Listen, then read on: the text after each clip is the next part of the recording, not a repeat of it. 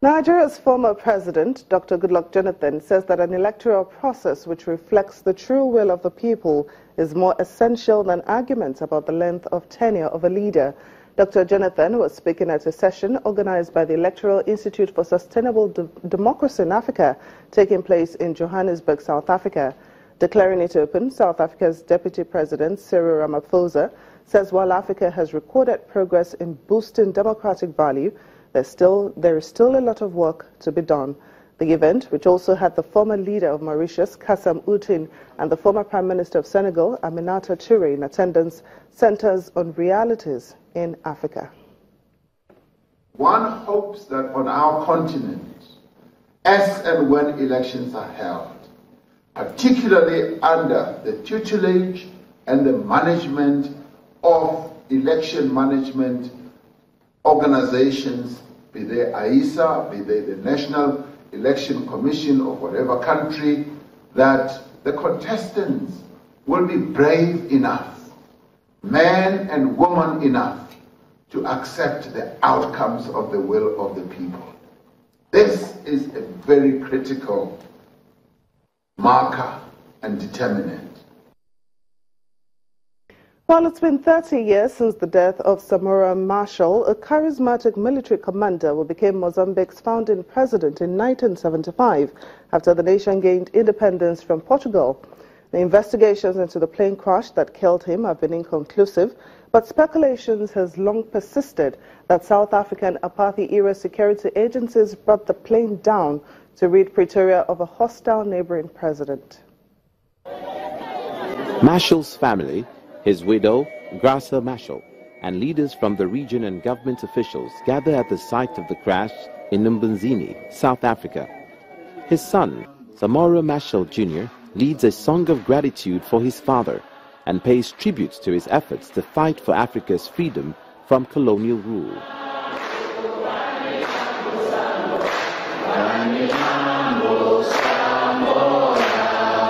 Viva Moçambique! Viva Moçambique! Machel allowed South African freedom activists to use Mozambique as a base to train and plan operations, and did the same for the guerrillas fighting to overthrow the white-ruled government of Rhodesia, which became Zimbabwe in 1980. In 2012, South Africa launched a fresh investigation into the 1986 plane crash after reports that fresh evidence had emerged. Para Moçambique, For Mozambique, o desfecho do dossiê the result of the sobre investigation a morte de Samora Machel on the death of Samora Machel continua a ser uma prioridade nacional remains a national e um priority imperativo patriótico. and a patriotic imperative. Apreciamos e encorajamos os esforços em curso We appreciate and we encourage the efforts que underway o governo da África do Sul done by the government of South está Africa a envidar para esclarecer as circunstâncias do trágico acidente que vitimou in o order presidente Samora Machel. to tell us what happened in the tragedy of Mozambique. Regional tensions were running high at the time of the crash. Mozambique was in the throes of a civil war in which South African-backed Renamo rebels were fighting against Machel's government and the ruling Frelimo party. In 1987, a South African judge concluded the crash was caused by pilot error on the part of the Soviet crew. Following the end of white minority rule, South Africa's Truth and Reconciliation Commission, set up to look into political crimes in the apartheid era, launched an inconclusive probe into the crash and said further investigation is needed. From him we learned that the task of the African Revolution is to invent a new society whose cornerstone is the welfare of all, not the exploitation of one by another. Machel, a peasant's son who infused his Frelimo guerrilla movement with the Marxist teachings of Che Guevara and Mao Zedong, left a revolutionary legacy celebrated across the continent. The police in Ethiopia have arrested over 1,600 people under a state of emergency imposed on October the 9th to end a wave of anti-government protest. Reports say about 760 weapons which had been looted during the unrest has also been recovered. This is in addition to Monday's arrest of 1,000 people near the capital. Ethiopia's decision to impose a state of emergency has been strongly criticized by opposition activists who accuse the government of becoming increasingly repressive. Under the emergency measures, people can be detained without an arrest warrant for the duration of the state of emergency. The government blames the violence in the country on terrorists and foreign enemies.